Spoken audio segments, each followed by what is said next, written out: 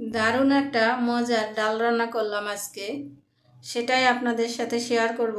এই ডালটা গরম ভাত, রুটি, পরোটার সাথে খেতে পারেন। একবার এই ডালটা রান্না করে না খেলে বুঝতেই পারবেন না এই ডালটা খেতে এতটা মজা।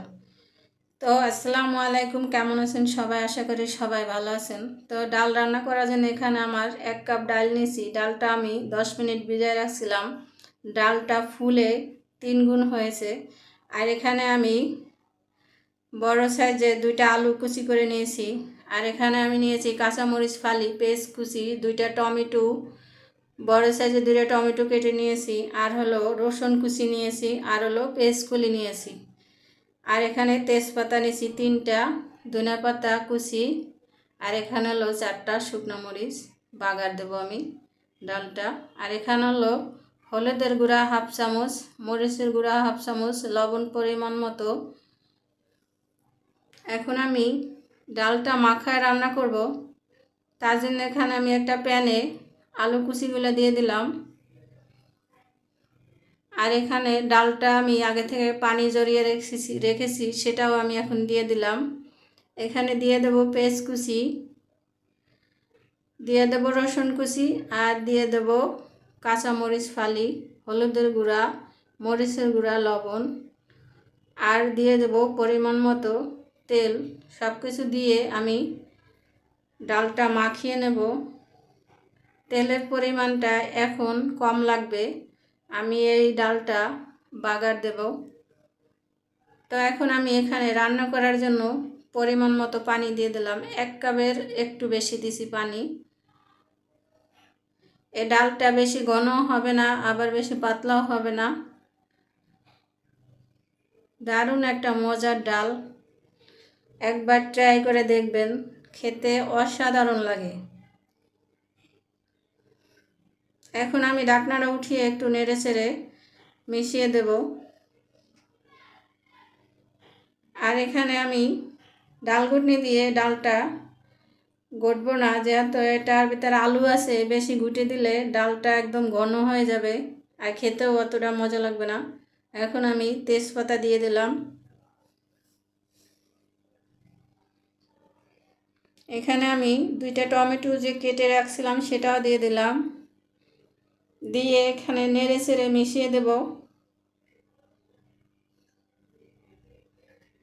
ঢাকনাটা দিয়ে টমেটোটা যতক্ষণ সিদ্ধ না হয় ততক্ষণ পর্যন্ত আমি আরও একটু সময় রান্না করব।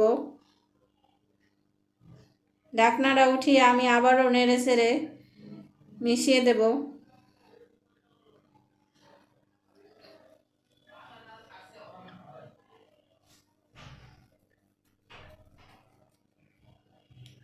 এখানে আমি পেস্ট কলিটা এখন দিয়ে দিলাম।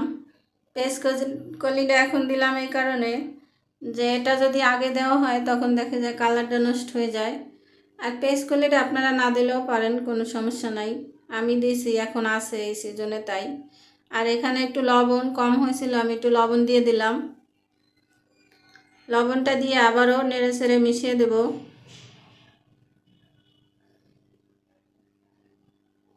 এখন আবারও একটু আমি ঢাকনাটা দিয়ে দেব।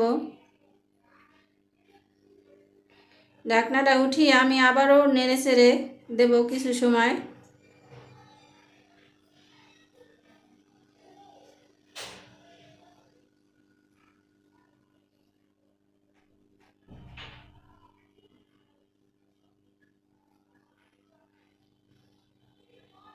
এখন আমি ডালটা বাগার দেওয়ার জন্য এখানে এই কড়াইয়ের ভিতরে আমি পরিমাণ মতো তেল দিয়ে দেব। তেলটা গরম হয়ে গেলে এখানে আমি রসুন কুচি দিয়ে দেব। মরিচ কেটে দিয়ে দেব 4টা। মরিচটা একটু লাল হয়ে আসলে এখানে আমি রসুন কুচি দিয়ে দেব। রসুন কুচিটা একটু লাল হয়ে আসলে এখানে আমি পেঁয়াজ কুচি দিয়ে দেব।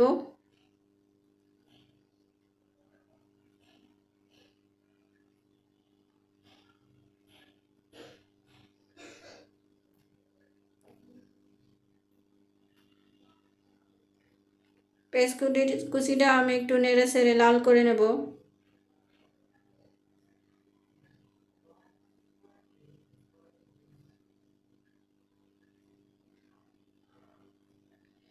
আমার ভিডিওটা যদি ভালো লাগে আপনারা লাইক কমেন্ট করবেন আর সাবস্ক্রাইব করে আমার চ্যানেলের পাশে থাকবেন।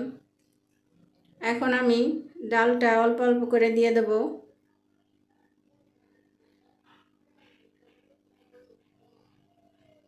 দিয়ে আবার আমি একটু চামচের সাহায্যে নেড়ে ছেড়ে দেবো।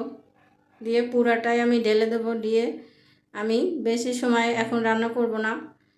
বাগার দিয়ে বেশি সময় রান্না করলে সেই বাগারের কোনো একটা গ্রাম থাকে না। আর এখানে আমি এখন ধনিয়া পাতা কুচি দিয়ে দেবো। আমার ডাল রেডি। আসসালামু আলাইকুম, ভালো থাকবেন, সুস্থ থাকবেন, আল্লাহ হাফেজ।